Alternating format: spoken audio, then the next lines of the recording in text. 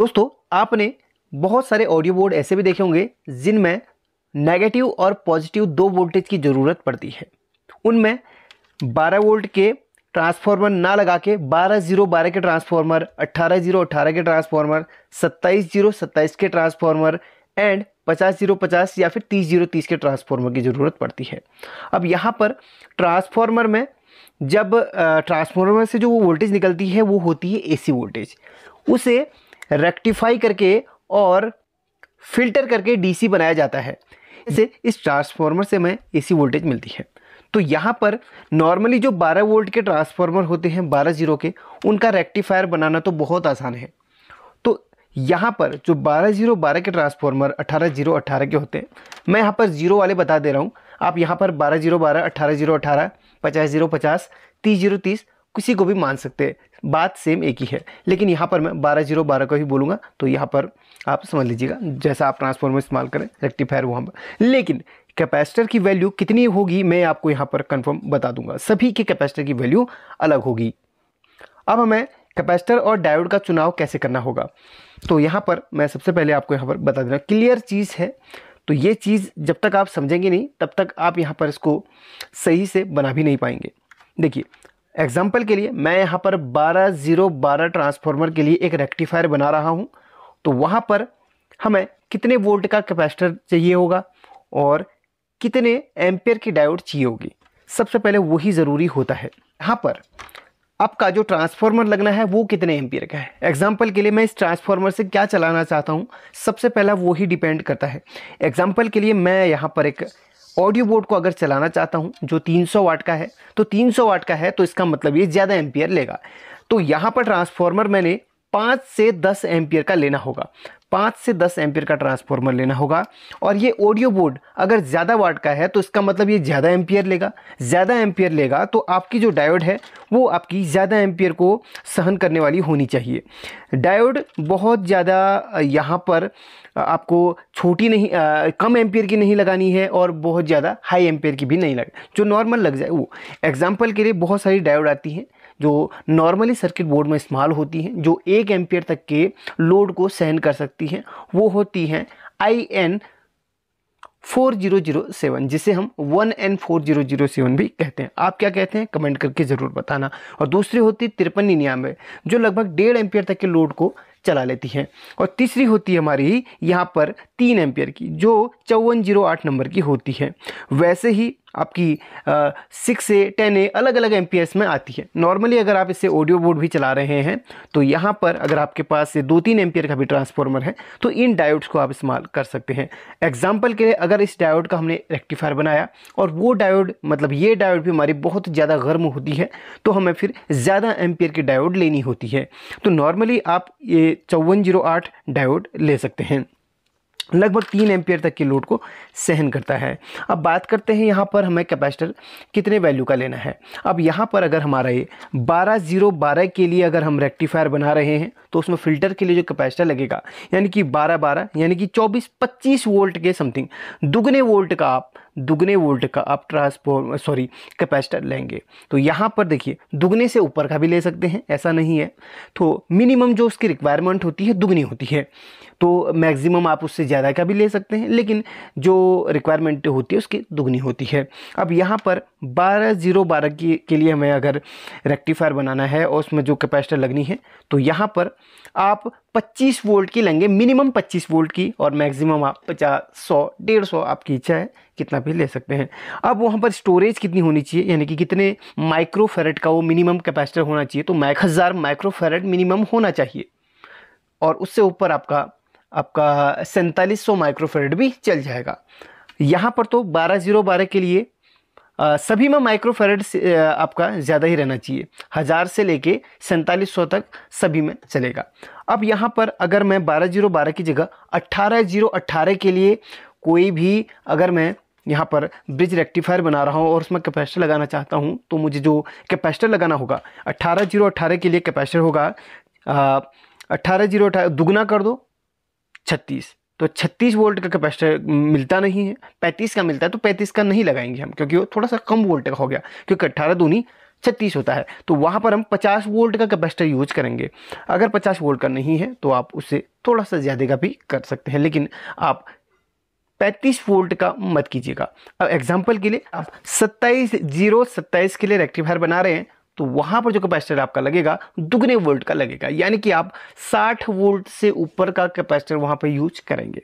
अगर आपके पास 60 वोल्ट का भी नहीं है तो आप उससे ऊपर का करेंगे। तो हमेशा याद रखना है, आपने जो आप ट्रांसफार्मर इस्तेमाल कर रहे हैं उसमें जो आउटपुट मिल रहा है, यानी कि 12 जो आउटपुट मिल रहा है उसको दुगना कर दो। 12 दूनी 24 होता है, तो 24 यानी कि 24 वोल्ट का मिलेगा, नहीं 25 वोल्ट का। तो हमेशा दुगने वोल्ट का कैपेसिटर आप वहाँ पर इस्तेमाल करेंगे। तो यहाँ पर मेरे पास 50 वोल्ट है, कोई बात नहीं, 50 वोल्ट भी चल जाता है, लेकिन कम नहीं होना चाहिए। अब रेक्टिफायर जो बनेगा, आपको मैं एक सर्किट डायग्राम भी दे दूंगा कॉर्नर पे, तो उसकी भी हेल्प आप ले सकते हैं। देखिए, अब यहाँ पर 4 डायोड हमने लिए हैं, तो चारों डायोड में इस तरीके से आप करेंगे। 2 डायोड के सिल्वर एक साथ कर लेंगे। 2 डायोड के सिल्वर डायोड के 2 पॉइंट होते हैं, सिल्वर एंड ब्लैक वाला। सिल्वर को जिसे हम एनोड बोलते हैं, ब्लैक को हम कैथोड बोलते हैं, यानी कि ये पॉजिटिव और ये नेगेटिव। तो 2 सिल्वर को एक साथ करेंगे। अगर आपको एनोड कैथोड समझ में नहीं आ रहा हो और पॉजिटिव नेगेटिव भी समझ में नहीं आ रहा हो, तो आपको मैंने बोल दिया कि सिल्वर एक साथ इस तरीके से कनेक्ट होंगे। सिल्वर एक साथ इस तरीके से आप घुमा दीजिए, तो एक साथ ये कनेक्ट हो गए हैं। तो इस तरीके से 2 को आप घुमा के कनेक्ट कर लीजिएगा। तो ये हो गया कनेक्ट, सिल्वर एक साथ, इनको रखते हैं साइड पे। अब 2 डायोड और पकड़नी है, तो जिनके हम ब्लैक एक साथ कनेक्ट करेंगे। पहले हमने सिल्वर एक साथ कनेक्ट किए थे, अब हमने ब्लैक एक साथ कनेक्ट करने हैं। इस तरीके से कनेक्ट करके हम इसको घुमा देंगे। ब्लैक अब एक साथ कनेक्ट करके हम घुमा देंगे। तो इस तरीके से, चलिए मैं इसको घुमा लेता हूँ, फिर मैं आपको दिखाता हूँ। देखिए, इस तरीके से हमें इसको कनेक्ट कर लेना है आपस में। पहले हमने सिल्वर कनेक्ट किया था, अब हमने ब्लैक कनेक्ट किया है। देखिए, ये ब्लैक वाला है और ये सिल्वर वाला है। अब हम क्या करेंगे, इस तरीके से इनको जस्ट इसको ऊपर रख लेंगे और इनको भी घुमा देंगे। हम इस तरीके से रख के इनको भी, जितना ये बचा है ना, इसको भी हम घुमा देंगे। इसको इधर घुमा देंगे और इसको इधर घुमा देंगे। अगर आपको समझ में नहीं आया तो आप डायग्राम की भी हेल्प ले सकते हैं। डायग्राम को मैंने वीडियो को कॉर्नर पर डाल दिया है। तो मैं अब इन दोनों को मोड़ लेता हूँ, या ऐसे करके रख लीजिए और इन दोनों को आप मोड़ लीजिए। तो ये रेक्टिफायर बनके तैयार हो चुका है। आपको फिर बता दूं, 2 ब्लैक एक तरफ को करके हमने मुड़ा दी है, और 2 सिल्वर वाली जो पट्टियां हैं उनका सिरा एक तरफ को करके हमने इस तरीके से मुड़ा लिया। 2 ब्लैक 2 सिल्वर। फिर इनको जस्ट ऐसे रख के आपने घुमा लेना है, ऐसे रख के घुमा लेना है। अब आपका रेक्टिफायर बनके तैयार हो चुका है। अब रेक्टिफायर बन गया, अब हमें कैपेसिटर को कैसे जोड़ना है अभी हम बताएंगे। पहले मैं इसको घुमा के इस तरीके से कनेक्ट कर लेता हूँ। देखिए, बहुत ही सिंपल और बहुत ही आसान है इसको बनाना। अगर आप लोग सीख गए हों तो कमेंट कर लेना या फिर वीडियो को लाइक कर लेना। अब यहाँ पर देखिए, सिल्वर का जो यहाँ पर टर्मिनल है वो हमारा पॉजिटिव का आ जाएगा, यानी कि यहाँ से हमारा पॉजिटिव आउटपुट होगा और यहाँ से नेगेटिव आउटपुट होगा। ठीक है, और यहाँ पर AC के पॉइंट बच जाएंगे। यानी कि देखिए, ध्यान से देखिए, अगर आपको डायग्राम में समझ नहीं आया तो यहाँ से भी देख सकते हैं। तो यहाँ पर देखिए, जो सिल्वर हमने एक साथ यहाँ पर कनेक्ट किए थे, यानी कि जो जिसके यहाँ पर एनोड पॉइंट साथ में आ रहे हैं, तो वहाँ पर हमें प्लस मिलेगा और यहाँ पर माइनस मिलेगा। बाकी के जो यहाँ पर हैं, यानी कि एक एनोड एक कैथोड एक साथ जहाँ पर मिल रहे हों, एक एनोड एक कैथोड जहाँ पर मिल रहे हों, वहाँ पर हमारा AC की सप्लाई जाएगी। यानी कि जो ट्रांसफार्मर से हमारी 12 की सप्लाई आ रही है, 0 को भी हम हटा देते हैं। जो 12 की सप्लाई आ रही है वो यहाँ पर AC के पॉइंट में जाएगा, जहाँ पर एनोड और कैथोड का मिलन हो रहा है। एक तरफ एनोड दिख रहा है, एक तरफ कैथोड दिख रहा है, वहाँ पर हमारा 12 का ये यहाँ पर कनेक्ट हो जाएगा। तो चलिए मैं इसको यहाँ पर कनेक्ट कर लेता हूँ। बाकी अभी जो 0 है ना, उसको कनेक्शन अभी मैं बताता हूँ कैसे करना है। पहले इसको मैं कनेक्ट कर लेता हूँ। देखिए, इसको हम यहाँ पर कनेक्ट कर लेते हैं और इसको यहाँ पर कनेक्ट कर लेते हैं। इस तरीके से कनेक्ट हो जाएगा। देखिए, बहुत ही सिंपल है। तो यहाँ पर देखिए, जहाँ पर एनोड कैथोड का मिलन हो रहा है वहाँ पर हमारा 12 का ये वायर लग जाएगा। बचा 0 का, तो 0 का वायर अब हम जोड़ेंगे कहाँ पर, चलिए बताता हूँ। मैं यहाँ पर 2 कैपेसिटर लेने हैं। देखिए, 2 कैपेसिटर हमने ले लिए हैं। तो ये कैपेसिटर के 2 टर्मिनल हैं, एक कैपेसिटर के 2 टर्मिनल हैं। आपको मैं थोड़ा सा ध्यान से दिखाता हूँ। देखिए, दोनों कैपेसिटर के ये टर्मिनल्स ये हैं। अब कैपेसिटर के इस कैपेसिटर का नेगेटिव टर्मिनल और इस कैपेसिटर का पॉजिटिव टर्मिनल हम एक साथ कनेक्ट करेंगे।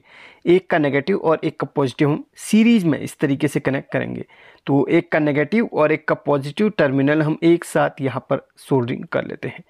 देखिए ऐसा हमारा 12-0-12 या 18-0-18 के साथ होता है। तो इस तरीके कनेक्ट करेंगे। अब इस तरफ हमारा ये नेगेटिव बचा और इस तरफ हमारा पॉजिटिव बचा। पहले मैं कनेक्ट कर लूँ फिर मैं आपको दिखाता हूँ। चलिए लाइव आपके सामने कनेक्ट कर लेता हूँ। इस तरीके से इसका कनेक्शन होएगा। देखिए तो इसका कनेक्शन ये हो चुका है। तो यहाँ पर देखिए मैंने लेग को थोड़ा लंबी कर ली है। इसका नेगेटिव और इसका पॉजिटिव एक साथ इस तरीके से सीरीज में जुड़ जाएगा। अब यहाँ पर बचा नेगेटिव और ये बचा हमारा पॉजिटिव।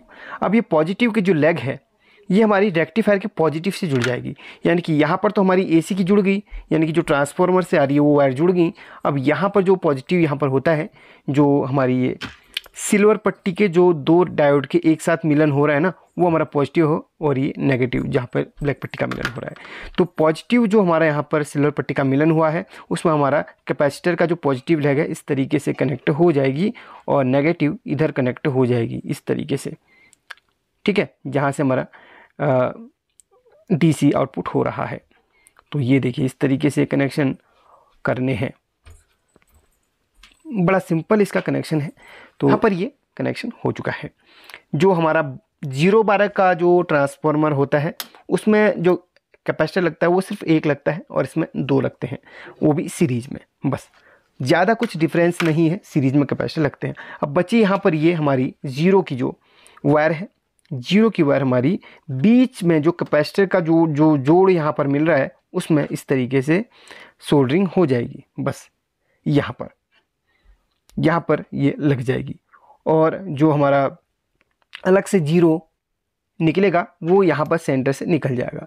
12 ये नेगेटिव वोल्टेज यहाँ से कैपेसिटर के यहाँ से निकलेगा और पॉजिटिव यहाँ से निकलेगा और जीरो हमारा बीच से निकल जाएगा। तो यहाँ पर ये हम इस तरीके से कनेक्ट कर लेते हैं। ये देखिए इस तरीके से। अब जो हमारा 12-0-12 निकलेगा, जीरो यहाँ से निकल जाएगा, 12 यहाँ से निकलेगा, 12 यहाँ से निकलेगा। लेकिन अब डिफरेंस क्या होगा, यहाँ से नेगेटिव वोल्टेज निकलेगा, यहाँ से हमारा पॉजिटिव वोल्टेज निकलेगा और बीच से जीरो यानी कि ग्राउंड निकलेगा। अब ये जीरो नहीं कहलाएगा, ये ग्राउंड कहलाएगा। मैं आपको इसका वोल्टेज चेक करवा के दिखाता हूँ। चलिए मैं ट्रांसफार्मर को कनेक्ट करता हूँ और यहाँ पर आपको चेक करवाता हूँ। तो फाइनली ट्रांसफार्मर ऑन हो चुका है। अब हम मल्टीमीटर को डीसी की रेंज पे रखेंगे क्योंकि अब यहाँ पर हमें डीसी मिल रहा है। डीसी 20 पे रखते हैं और यहाँ पर चलिए थोड़ा सा इधर को कर लूँ। अब यहाँ पर इसको हम रखेंगे बीच में ग्राउंड पे क्योंकि यहाँ से हमें ग्राउंड इधर पे मिलना है। अब यहाँ पे हमें मिलेगा, देखिए इस तरफ को हमें मिलेगा यहाँ पर नेगेटिव वोल्टेज, देखिए नेगेटिव वोल्टेज मिलेगा और इधर मिलेगा पॉजिटिव वोल्टेज। देखिए ये 12-0-12 का ट्रांसफार्मर है। अभी कैपेसिटर चार्ज है, इस वजह से यहाँ पर 17 वोल्ट दिखा रहा है। अचानक से अगर हम इसको लोड दे देंगे तो फिर ये 12 पे फिक्स हो जाएगा। देखिए बीच में इसको हमने जोड़ा है, इसको ये देखिए ये हमारा ग्राउंड का है, ये हमारा ग्राउंड का है और ये हमारा नेगेटिव, जहाँ से कैपेसिटर का ये नेगेटिव टर्मिनल है ना, वहाँ से हमारा नेगेटिव वोल्टेज निकलेगा और इधर से पॉजिटिव वोल्टेज निकलेगा जहाँ से पॉजिटिव टर्मिनल है। देखिए ये हमारा नेगेटिव वोल्ट निकल रहा है, नेगेटिव 17 वोल्ट है और जैसे पॉजिटिव 17 वोल्ट। देखिए तो इस तरीके से ये 12-0-12 18-0-18 जो नेगेटिव पॉजिटिव वोल्टेज है वो बनाया जाता है। मैं आपको ट्रांसफार्मर का वोल्ट भी एक बार चेक करवा देता हूँ। पहले आपको इधर का वोल्ट चेक करवाओ क्योंकि ये अभी कैपेसिटर चार्ज है इसलिए 17 वोल्ट दिखा रहा है। अब यहाँ पर एसी में आपको ट्रांसफार्मर का वोल्ट दिखाता हूँ। देखिए एसी में यहाँ से जो निकल रहा है एसी में दिखाता हूँ आपको। तो यहाँ पर देखिए ये देखिएगा 12 दिखा रहा है क्योंकि आउटपुट में हमेशा रेक्टिफाई होके कैपेसिटर जब चार्ज होता है तब आउटपुट में वोल्टेज ज़्यादा दिखाता है। अब यहाँ पर आपको कुछ भी चलाना हो तो यहाँ पर कैसे चलाएंगे, यहाँ से आप नेगेटिव लेंगे, यहाँ से पॉजिटिव लेंगे और बीच से ग्राउंड ले लेंगे। बस अगर ये वीडियो पसंद आया हो तो लाइक करके शेयर करना ना भूलिए और प्यारा सा कमेंट ज़रूर कीजिएगा। Thank you so much.